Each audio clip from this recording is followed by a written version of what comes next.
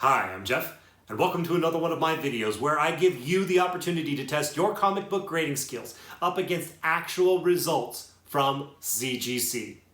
This is part 5 and the final part in this 5-part series that I have been doing featuring these 15 books that were sent as part of the economy tier by a great friend to the channel, Octavio, who once again made his submission available to all of us so that we can practice our comic book grading skills. Thank you, as always, Octavio. There's a lot of useful information about this submission that I would direct you to that I mentioned in part 1 of this video. I think part 1 seems like a great place to start, don't you? So I would recommend using this card right here and taking yourself to part 1 if you haven't already seen part 1 and then watching them 1 through 5. But if you want to stick around and just want to watch part 5 for some reason, hey man, I'm not going to judge you. You do you. Thank you so much for coming and checking out this video. Let's go ahead and tell you what we're going to do here. What we do is we take a look at video that I made of the books in this submission when they were raw, before they got sent off to CGC. We're going to look at that video and we're going to assess the books for any flaws, any damage, anything that might impact the grade negatively. Then we're going to come up with our best guess as to what we think the grade should be. After we've done that, we're going to take these books out of this box and we're going to see what the actual results from CGC are. Did we nail the grade? Good for us. Did we not nail the grade? As more times than not, I do not nail the grade, but that's okay. It's an opportunity to learn when we don't nail the grade. We can then now look at the grade itself. We can look at the grader's notes, which I'll put up on the screen, and we can look at the book in the raw and take all these things together and see if we can't figure out why CGC gave these books the grades that they did. It makes us all more stronger, more confident graders, and I think that that is extremely important. At least it really is for me. All right, enough intro. Let's go ahead and take a look at the final 3 books in this submission when they were raw. All right, our first book today is X-Men issue 60. This is the origin and first appearance of Sauron, Dr. Karl Lykos. This book is in halfway decent condition, in the mid-grade that we've seen a lot of these books be in, and it has similar types of damage that we've seen these books have. Lots of color-breaking spine ticks, small tears, creases that are color-breaking. These books all look much better than they should in a lot of ways, thanks to the press and cleaning that they have received. This book we're going to designate as Scratch on the Leg. See, there's a bit of a scratch on the leg there. That's how I am denoting that this book is different than the other 3 books, copies of this book that are in this submission. So this is Scratch on the Leg. The back of this book looks pretty good. This is another thing that I'm noticing a lot in these videos, is that there's a lot of instances where the front of the book looks a lot worse than the back of the book, and that unfortunately does impact the grade a little bit harsher. It's quite possible that a lot of this perceived, improvement of the backs of these books over the front is because a lot of them are this kind of white, creamy color, and they don't really show things as much, but I don't see much there's a little bit of a crease right there, that's on that corner, I can tell. I'm going to give this book all in all 5/5. Next, we have today's second copy of X-Men 60. Once again, these 2 in this video are 2 of the 3 that were part of this submission. This one looks a little bit better to me than the last one.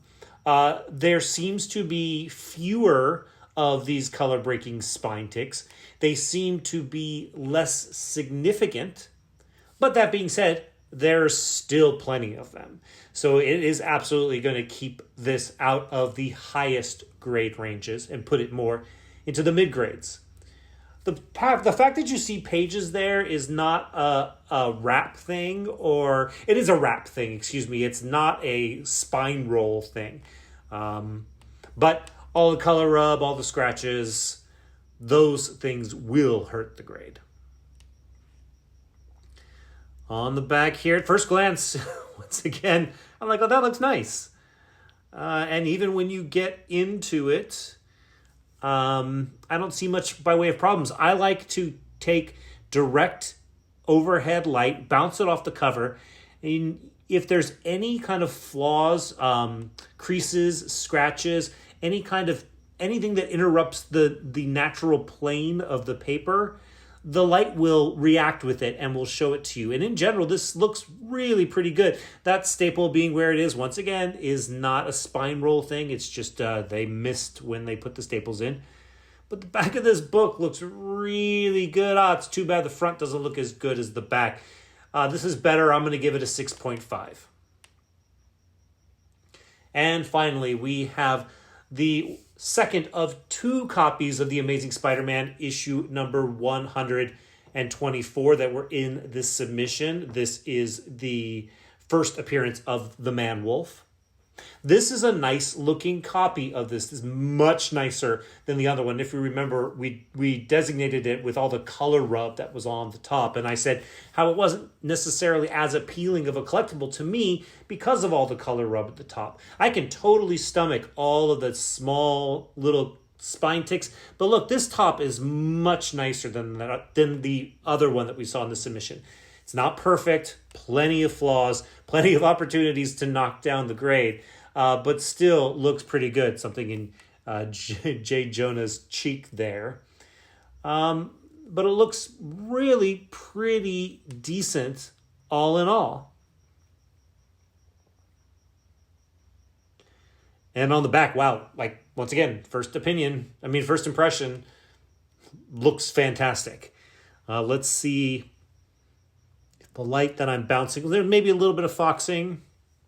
I don't think it's dirt or dust. A little bit of staining. There's a stain there. Stains are very bad for grades. Stains and tears are very bad.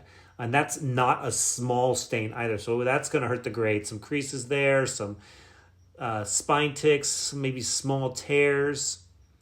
I think this book would be in an entirely different class if it wasn't for that stain right there.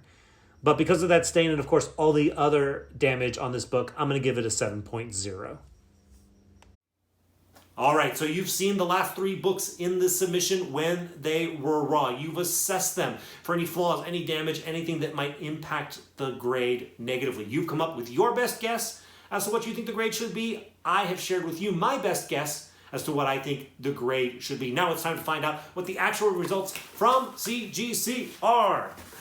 Okay, so this submission had some multiples in them, and through the process of elimination, I know exactly what books are in here. And that's rare because, in general, I pull them out at random. But let's see, which one of the 3 books will I pull out first? Okay, so it's one of the 2 remaining copies of X-Men number 60. Now, in the last video, we had the first of the 3 of these copies.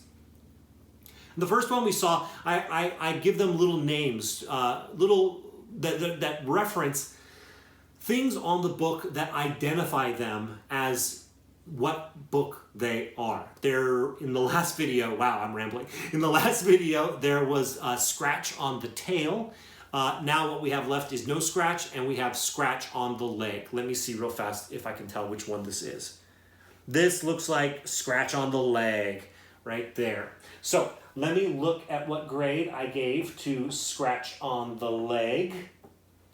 I gave scratch on the leg a 5.5. Now, through this series, I've learned that 6.0 and above, I'm a little bit more accurate with. 6.0 and below, I'm a little bit off, usually by 2 grade increments. So this could be as high as a 6.5, but I guessed 5.5. Let's see what the results are. Okay, how did I do? How did you do? Did you nail it? Let's see. A 6.5. Okay, so once again, I'm learning that in a 6.0 range and above, I'm a little bit better, more accurate in my grading assessments. But below 6, if I think it's a 5.5, it's probably a little bit better than that. that's an interesting thing for me, that there's not that much of a difference between something in a 5 range and something in a 6 range. So why am I being so hard on books in that range? I've got some stuff to learn. I'll look at the grader's notes, I'll look at this grade, I'll go back and look at the book in the raw, and I'll adjust my expectation a little bit. But I wasn't so far off that I'm going to beat myself up and be like, boy, Jeff, I am the worst. No, I'm just not the best. But I'm getting there. And I hope you are as well. Okay, let's go ahead and set that down there and look at the next one. Okay, it's either the issue number 60 or there it is. Okay, it's the issue number 60. So this is the one that has the no scratch. We had scratch on the tail, we had scratch on the leg. This is the no scratch.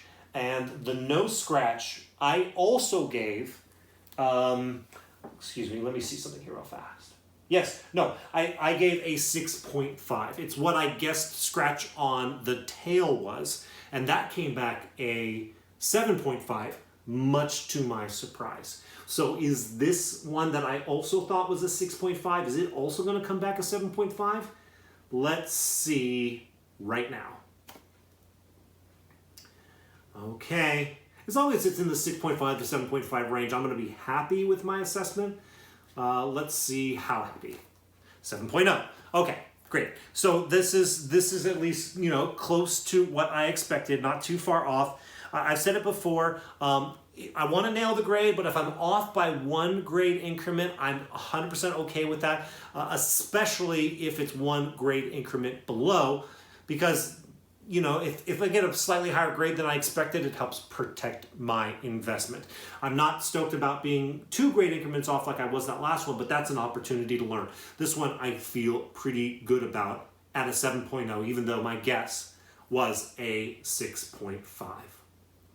Okay, not too shabby. Okay, there we go. Now we've got the last book. We've been talking about this book since part 2 of this video series. I thought they would have been next to each other in the box, because I'm sure they were probably submitted together, and the CGC always wants things kept in order, but they don't care when they're shipping back to you. And yes, it is the Amazing Spider-Man issue number 124. Now there were 2 of these in here, and one of them I called had extra color rub on the top. I call it color rub, and the one with less color rub, let's say. The one with the more color rub I thought was a 4.0, and that was in part 2 of this series. This is the one with less color rub, and I assessed this book at a 7.0. So in this grade range, I hope to nail it. So if it's a 7.0 or 7.5, I'm happy. Anything else, I'm going to be a little disappointed. But let's see what the results are. Is it the 7.0, I guess? Okay, finish strong, Jeff. Last book of the submission. Let's see, 6.5. Okay, so I was off by 1 grade increment.